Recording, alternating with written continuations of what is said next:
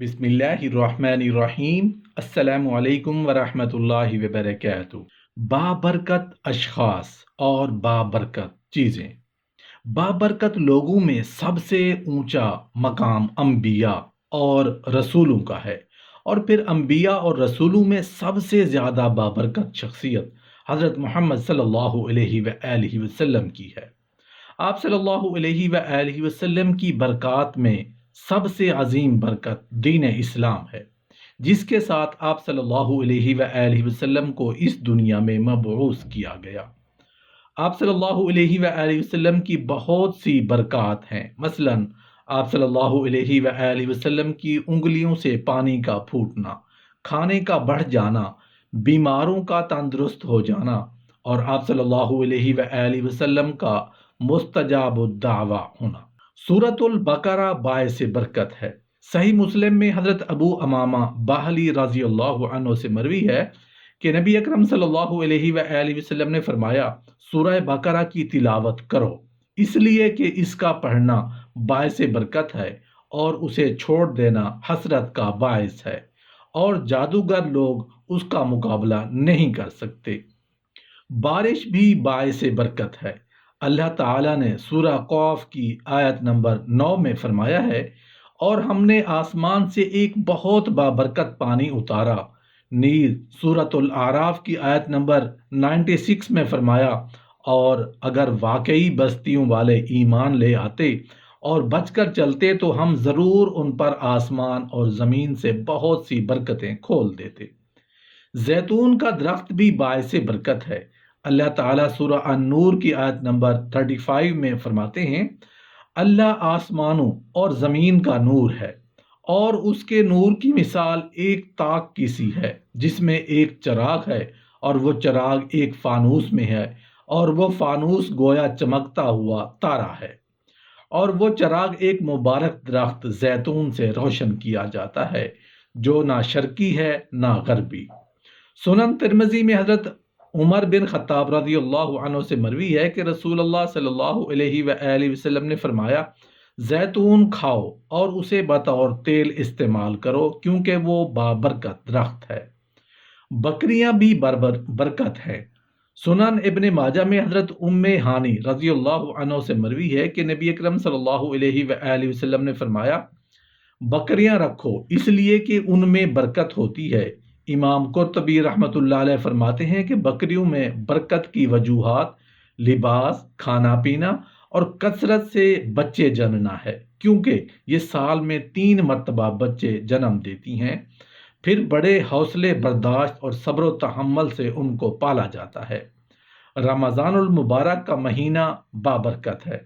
सुनन निसाई में हज़रत अबू हुरैरा रज़ी अल्लाहु अन्हु से मरवी है कि रसूलुल्लाह सल्लल्लाहु अलैहि वआलिहि वसल्लम ने इरशाद फरमाया, तुम्हारे पास मुबारक महीना रमज़ान आया है। अल्लाह ताला ने तुम पर उसके रोज़े फ़र्ज किए हैं, और जहन्नुम के दरवाजे बंद कर दिए जाते हैं। इसमें सरकश शयातीन बांध दिए जाते हैं। अल्लाह की इबादत के लिए उसमें एक रात है जिसकी इबादत 1000 महीने 83 साल की इबादत से बेहतर है। जो उसकी खैर और बरकत से महरूम रह गया, वो बहुत ज़्यादा अजर से महरूम रह गया। लैलतुल कद्र भी बायसे बरकत है। अल्लाह ताला सूरह अद-दुखान की आयत नंबर 3 में फरमाते हैं, बेशक हमने उसे एक बहुत बरकत वाली रात में उतारा, बेशक हम डराने वाले थे।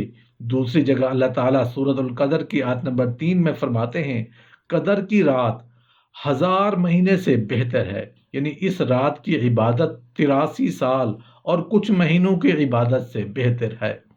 नहर फुरात भी बाबरकत है।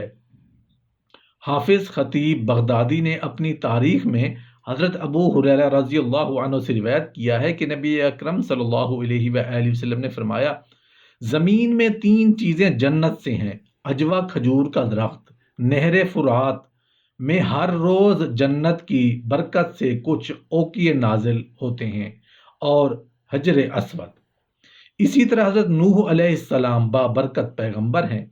अल्लाह ताला सूरह हूद की आयत नंबर 48 में फरमाते हैं, कहा गया ए नूह उतर जा हमारी तरफ से अजीम सलामती और बहुत सी बरकतों के साथ तुझ पर اور ان جماعتوں پر جو ان لوگوں سے ہوں گی جو تیرے ساتھ ہیں۔ حضرت ابراہیم علیہ السلام اور ان کے بیٹے اسحاق علیہ السلام بابرکت پیغمبر ہیں۔ اللہ تعالیٰ سورہ الصافات کی آیت نمبر 113 میں فرماتے ہیں، اور ہم نے اس پر اور اسحاق پر برکت نازل کی، اور ان دونوں کی اولاد میں سے کوئی نیکی کرنے والا ہے اور کوئی اپنے آپ پر صلیح ظلم کرنے والا ہے۔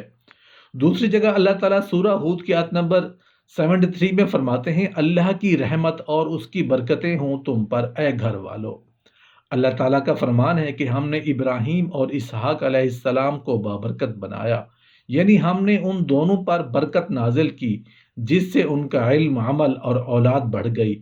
اللہ تعالیٰ نے ان کی اولاد کو 3 امتوں تک پھیلا دیا، عرب، بنی اسرائیل اور روم یعنی رومی۔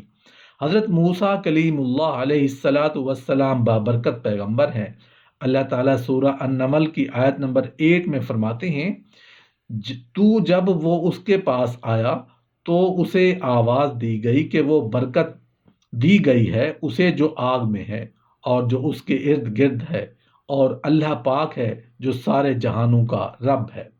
بعض مفسرین فرماتے ہیں کہ اس کا مطلب ہے کہ اے موسیٰ، ہم نے تجھ میں اور تیرے فرشتوں میں جو آگ کے ارد گرد ہیں ان میں برکت ڈال دی ہے۔ یہ موسیٰ علیہ السلام کے لیے اللہ تعالیٰ کی طرف سے بطور عزت و تکریم تھا۔ حضرت عیسیٰ علیہ السلام بابرکت پیغمبر ہیں۔ اللہ تعالیٰ سورہ مریم کی آیت نمبر 31 میں فرماتے ہیں، اور مجھے بابرکت بنایا جہاں بھی ہوں، جہاں بھی میں ہوں، اور مجھے نماز اور زکوٰۃ کی وصیت کی جب تک میں زندہ ہوں۔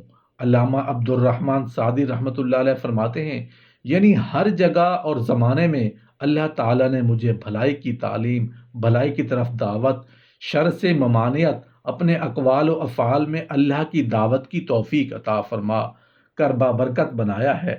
حضرت عیسیٰ علیہ السلام کی صحبت اختیار کرتا تھا، وہ آپ علیہ السلام کی برکت اور سعادت سے بہرہ ور ہوتا تھا۔ عمومی طور پر تمام مسلمان بھی بابرکت ہیں۔